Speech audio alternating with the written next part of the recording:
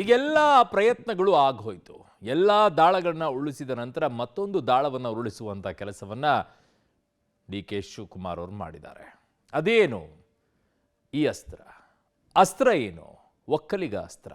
ಹೇಗೆ? ಯಾರ್ಯಾರು ಮಾತನಾಡಿದ್ರು ವಿಚಾರದಲ್ಲಿ? ಹೇಗೆ ಒಕ್ಕಲಿಗ ಸಮುದಾಯದ ಸ್ವಾಮೀಜಿಗಳು ಈಗ ಅಖಾಡಕ್ಕೆ ಇಳಿದಿದ್ದಾರೆ? ಸ್ಟೋರಿ ನೋಡಿ ಗೊತ್ತಾಗುತ್ತೆ. ರಾಜ್ಯ ಕಾಂಗ್ರೆಸ್ನಲ್ಲಿ ಸಿಎಂ ಗದ್ದುಗೆ ಗುದ್ದಾಟ. ನಿರ್ಮಲಾನಂದ ಶ್ರೀಗಳ ಬೆನ್ನಲ್ಲೇ ಇನ್ನಷ್ಟು ಶ್ರೀಗಳ ಶಂಖಾನಾದ. ಸಿಎಂ ಬೆನ್ನಿಗೆ ನಿಂತ ಕಾಗಿನೆಲೆ ಶ್ರೀಗಳು. ಹೌದು, ರಾಜ್ಯ ರಾಜಕೀಯದಲ್ಲಿ ಪವರ್ ಫೈಟ್ ಜಟಾಪಟಿ ಜೋರಾಗಿದೆ. ನಿನ್ನೆ ಅಷ್ಟೇ ಡಿಸಿಎಂ ಡಿಕೆ ಶಿವಕುಮಾರ್ ಪರವಾಗಿ ನಿರ್ಮಲಾನಂದ ಶ್ರೀಗಳು ಹೇಳಿಕೆ ಕೊಟ್ಟ ಬೆನ್ನಲ್ಲೇ ಇನ್ನಷ್ಟು ಶ್ರೀಗಳು ಬೆಂಬಲ ಕೊಟ್ಟಿದ್ದಾರೆ. ಒಕ್ಕಲಿಗರ ಮತ್ತೊಬ್ಬ ಪ್ರಮುಖ ಶ್ರೀಗಳಲ್ಲಿ ನಂಜಾವಧೂತ ಶ್ರೀಗಳು ಕೂಡ ಒಬ್ಬರು. ಡಿಕೆ ಪರವಾಗಿ ಅವರು ಕೂಡ ಬ್ಯಾಟ್ ಬೀಸಿದ್ದಾರೆ. ಹೈಕಮಾಂಡ್ ಕೊಟ್ಟ ಮಾತನ್ನ ಮರಿಬಾರದು. ಡಿಕೆ ಶಿವಕುಮಾರ್ ಒಕ್ಕಲಿಗ ಸಮುದಾಯದ ಅಗ್ರಗಣ್ಯ ನಾಯಕ. ಸಿದ್ದರಾಮಯ್ಯನವರು 2.5 ವರ್ಷ ಸಿಎಂ ಆಗಿದ್ದಾರೆ. ಉಳಿದ 2.5 ವರ್ಷಕ್ಕೆ ಡಿಕೆ ಶಿವಕುಮಾರ್ಗೆ ಅವಕಾಶವನ್ನು ಕೊಡಬೇಕು. ಕೊಟ್ಟ ಮಾತನ್ನ ತಪ್ಪಿ ನಡೆದರೆ ಮೆಚ್ಚನ ಪರಮಾತ್ಮನು ಅಂಥೇಳಿ ಪುಣ್ಯಕೋಟಿಯ ಕಥೆಯನ್ನ ಹೇಳಿ ಮಾತನಾಡಿದ್ದಾರೆ.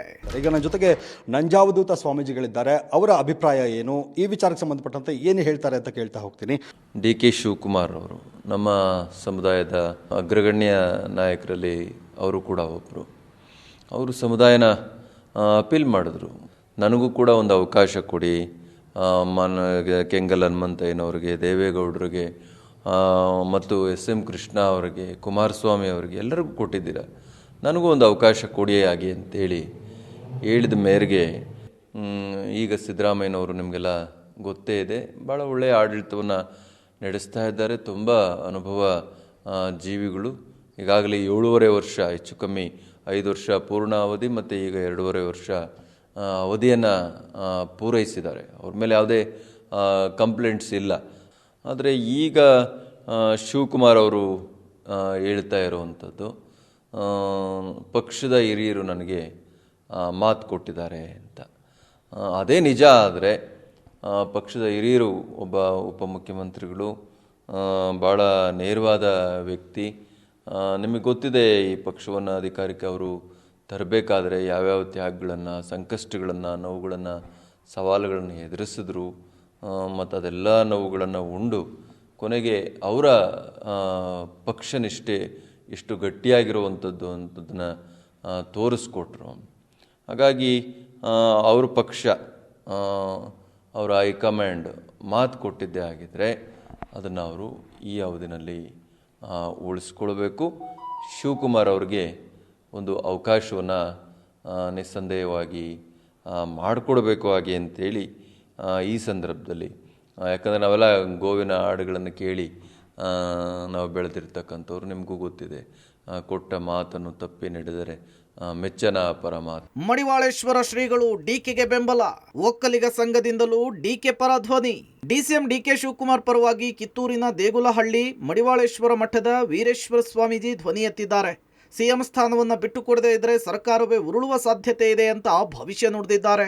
ಅಧಿಕಾರ ಬಿಟ್ಟುಕೊಡದಿದ್ರೆ ವಚನ ಭ್ರಷ್ಟ ಸಿಎಂ ಅಂಥೇಳಿ ಜನರ ಮನಸ್ಸಿನಲ್ಲಿ ಉಳಿಯುತ್ತೆ ಅಂಥೇಳಿ ಸಿದ್ದರಾಮಯ್ಯನವರು ಮೊಂಡುತನವನ್ನು ಬಿಟ್ಟು ಗ್ಯಾರಂಟಿ ಕೊಟ್ಟಂತೆಯೇ ಅಧಿಕಾರವನ್ನು ಬಿಟ್ಟುಕೊಡಬೇಕು ಅಂಥೇಳಿ ಸ್ವಾಮೀಜಿ ಒತ್ತಾಯಿಸಿದ್ದಾರೆ.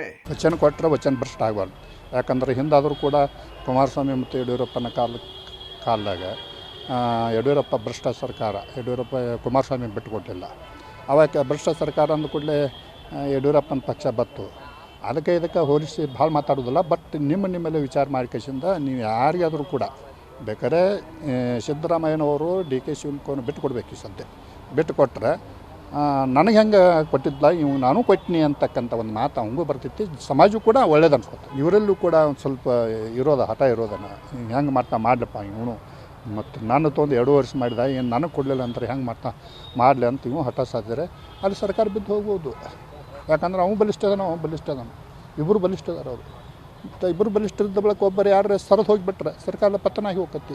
ಮಾತು ಕೊಟ್ಟಿದ್ದರೆ, ಅದಕ್ಕೆ ಸಿದ್ದರಾಮಯ್ಯನವರು ಸಹಮತ ವ್ಯಕ್ತಪಡಿಸಿದರೆ ಖಂಡಿತ ಶಿವಕುಮಾರ್ ಅವರಿಗೆ ಅಧಿಕಾರವನ್ನು ಕೊಡಬೇಕಾಗುತ್ತೆ. ಯಾಕಂದರೆ ಮಾತಿಗೆ ತಪ್ಪಬಾರ್ದು. ಸಾಮಾನ್ಯ ಜನರೂ ಕೂಡ ಮಾತು ಕೊಟ್ಟಾಗ ಆ ಮಾತನ್ನು ನಡೆಸಲಿಕ್ಕೆ ಅವರು ಪ್ರಯತ್ನ ಪಡ್ತಾರೆ. ಉನ್ನತ ಸ್ಥಾನದಲ್ಲಿರುವವರಿಗೆ ಇನ್ನೂ ಹೆಚ್ಚು ಜವಾಬ್ದಾರಿ ಇರುತ್ತೆ. ಅಂಥದ್ದೊಂದು ಮಾತು ಕೊಟ್ಟಿದ್ದರೆ ಆ ಮಾತಿನಂತೆ ನಡೆದುಕೊಳ್ಬೇಕಾದ್ದು ಅವರ ಕರ್ತವ್ಯ ಮತ್ತು ಜವಾಬ್ದಾರಿಯಾಗಿರುತ್ತೆ. ಇನ್ನು ರಾಜ್ಯ ಒಕ್ಕಲಿಗ ಸಂಘ ಕೂಡ ಡಿಕೆ ಪರ ನಿಂತಿದೆ. ಇವತ್ತು ಸುದ್ದಿಗೋಷ್ಠಿ ನಡೆಸಿ ಡಿಕೆ ಶಿವಕುಮಾರ್ ಪರವಾಗಿ ಒಕ್ಕಲಿಗ ಸಮುದಾಯ ಇದೆ ಅನ್ನುವಂತಹ ಸಂದೇಶ ಸಾರಿದೆ. ಡಿಕೆಶಿ ಇಷ್ಟು ವರ್ಷಗಳಿಂದ ಕಾಂಗ್ರೆಸ್ ಪಕ್ಷವನ್ನು ಅಧಿಕಾರಕ್ಕೆ ತರಬೇಕಾದ್ರೆ ಶ್ರಮ ಪಟ್ಟಿದ್ದಾರೆ. 40-50 ವರ್ಷಗಳಿಂದ ಕಷ್ಟಪಟ್ಟವರಿಗೆ ಅಧಿಕಾರ ಸಿಗಲಿ ಅಂಥೇಳಿ ಒಕ್ಕಲಿಗ ಸಂಘ ಹೇಳಿಕೆ ಕೊಟ್ಟಿದೆ. ಅವತ್ತು ಅಧಿಕಾರ ಹಂಚಿಕೆ ಬಗ್ಗೆ ಹೈಕಮಾಂಡ್ ಕೊಟ್ಟ ಭರವಸೆಯಂತೆ ಇವತ್ತು ಡಿಕೆ ಶಿವಕುಮಾರ್ಗೆ ಅಧಿಕಾರ ಕೊಡಬೇಕು ಅಂಥೇಳಿ ಒಕ್ಕಲಿಗ ಸಂಘ ಕೂಡ ಒತ್ತಾಯಿಸಿದೆ. ಭಾಳಷ್ಟು ಹೋರಾಟಗಳನ್ನು ಕೂಡ ಮಾಡಿದ್ದಾರೆ.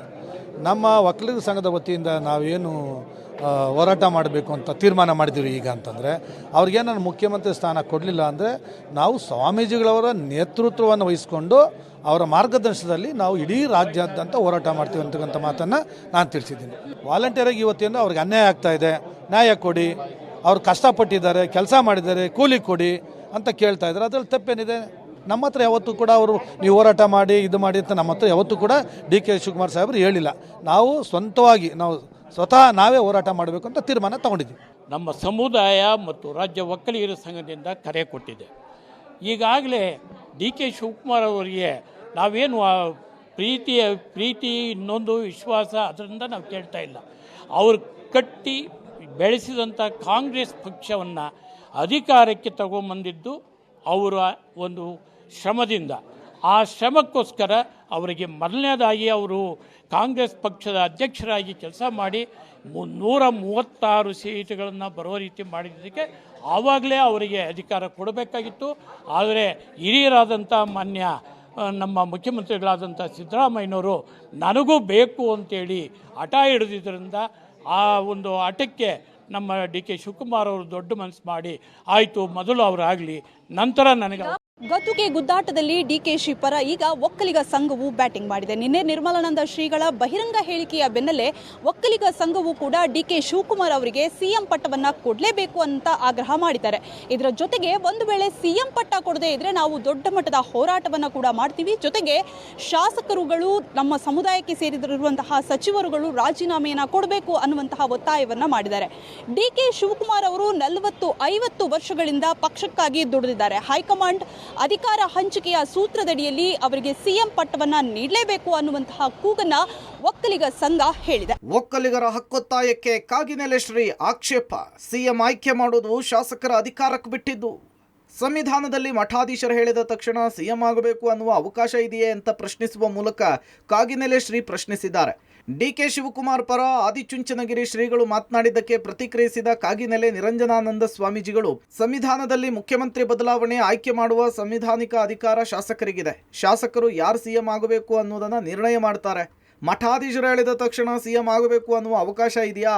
ಸಿಎಂ ಬದಲಾವಣೆ ವಿಚಾರದಲ್ಲಿ ಮಠಾಧೀಶರ ಮಧ್ಯಪ್ರವೇಶ ಸೂಕ್ತವಲ್ಲ ಅಂತ ಹೇಳಿದ್ದಾರೆ. ಸಂವಿಧಾನದಲ್ಲಿ ಮಠಾಧೀಶರು ಹೇಳಿದ ತಕ್ಷಣ ಮುಖ್ಯಮಂತ್ರಿ ಆಗ ಅವಕಾಶ ಇದ್ರೆ ಇದೆಯಾ? ಮುಖ್ಯಮಂತ್ರಿಗಳನ್ನು ಬದಲಾವಣೆ ಮಾಡುವಂಥದ್ದು, ಮುಖ್ಯಮಂತ್ರಿಗಳನ್ನು ಆಯ್ಕೆ ಮಾಡುವಂಥದ್ದು ಸಂವಿಧಾನಿಕವಾಗಿರ್ತಕ್ಕಂಥದ್ದು ಶಾಸಕರಿಗೆ ಅಧಿಕಾರ ಇದೆ. ಹಾಗಾಗಿ ಶಾಸಕರು ಯಾರು ಮುಖ್ಯಮಂತ್ರಿ ಆಗಬೇಕು ಅನ್ನುವಂಥದ್ದು ನಿರ್ಣಯನ ಶಾಸಕರು ತಗೊಳ್ತಾರೆ ಹೊರತು ಯಾವ್ಯಾವ ಸ್ವಾಮಿಗಳು ಮಾಡ್ತಾರೆ. ಈ ವಿಷಯದಾಗೆ ಮಠಾಧೀಶರು ಮಧ್ಯಪ್ರವೇಶ ಮಾಡೋದು ಸೂಕ್ತ ಅಲ್ಲ.